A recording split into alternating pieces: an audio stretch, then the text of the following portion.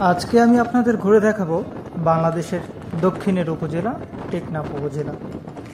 বঙ্গোপসাগরের অন্তর্গত এই টেকনাফ উপজেলায় রয়েছে অপরূপ সৌন্দর্যের লীলাভূমি। সমুদ্র পৃষ্ঠে গড়ে ওঠা এই উপজেলাটি বাংলাদেশের একটি প্রধান বাণিজ্যিক কেন্দ্র হিসেবে স্বীকৃত পেয়েছে। টেকনাফ উপজেলার এক পাশে রয়েছে নাফ নদী এবং নাফ নদীর অপর পাশে রয়েছে মায়ানমার সীমান্ত রেখা, আর অন্য পাশে রয়েছে সেই বিশাল বঙ্গোপসাগর। আজকে এসেছি আমি এই বঙ্গোপসাগরের সৌন্দর্য উপলব্ধি করতে।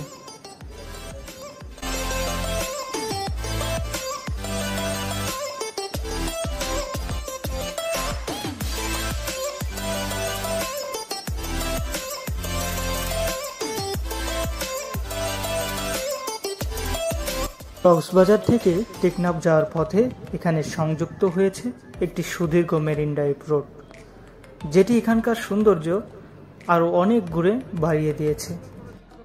পর্যটকদের জন্য সৃষ্টি হয়েছে সহজতম পথ এবং সৌন্দর্য উপভোগের সহজতম সুযোগ।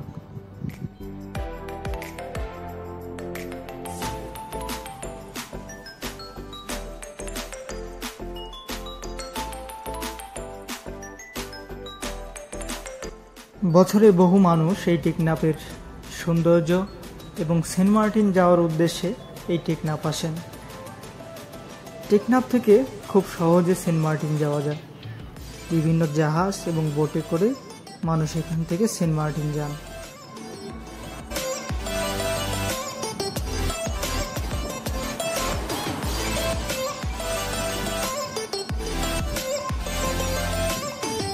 এই মাছ ধরা ট্রলারগুলো এখানকার সৌন্দর্য বহুগুণে বৃদ্ধি করে দেয়।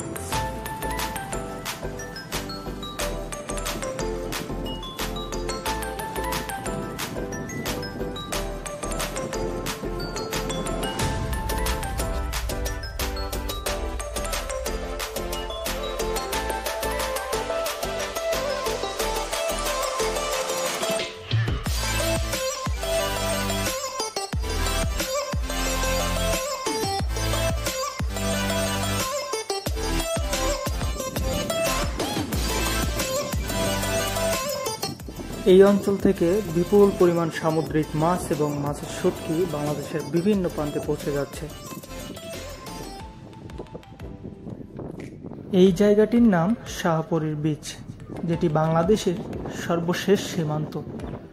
ম্যাপে গেলে এই জায়গাটি আপনারা দেখতে পাবেন বাংলাদেশের সর্বশেষে, দক্ষিণের শেষে এটি অবস্থিত এবং এটি মায়ানমারের অতি সন্নিকটে।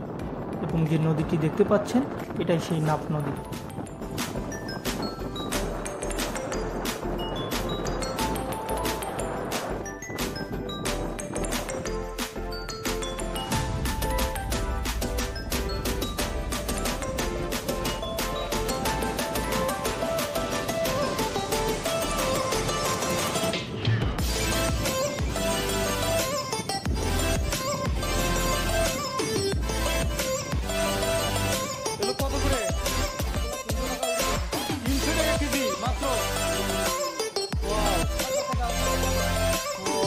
প্রতিদিন এভাবেই এখানকার স্থানীয় জেলেরা নাফ নদী থেকে মাছ ধরে আনে এবং সেগুলো এখানে একটি স্থানীয় আড়তে বিক্রি করা হয় এবং আড়ত থেকে এই মাছগুলো বিভিন্ন ট্রাকের মাধ্যমে বাংলাদেশের বিভিন্ন অঞ্চলে পৌঁছে যায়।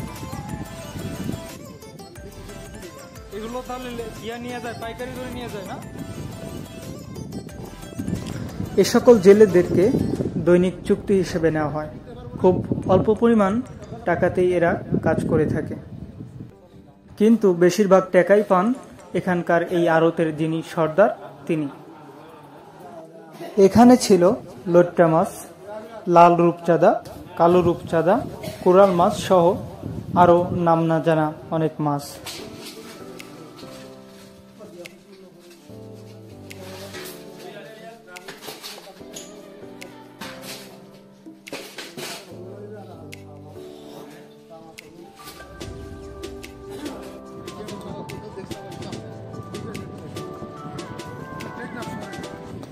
আপনারা দূরে যে ব্রিজটি দেখতে পাচ্ছেন এটাকে বলা হয় ডিপ টার্মিনাল।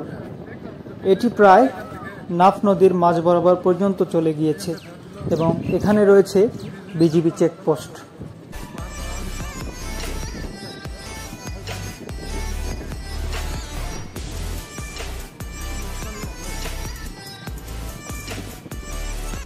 আসলে আরেকটি জিনিস চোখে পড়ার মতো, সেটি হলো লবণ চাষ।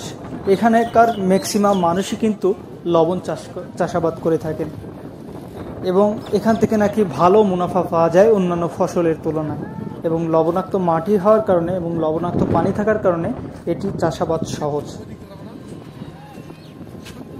পুরী এখানকার সৌন্দর্য অপরূপ।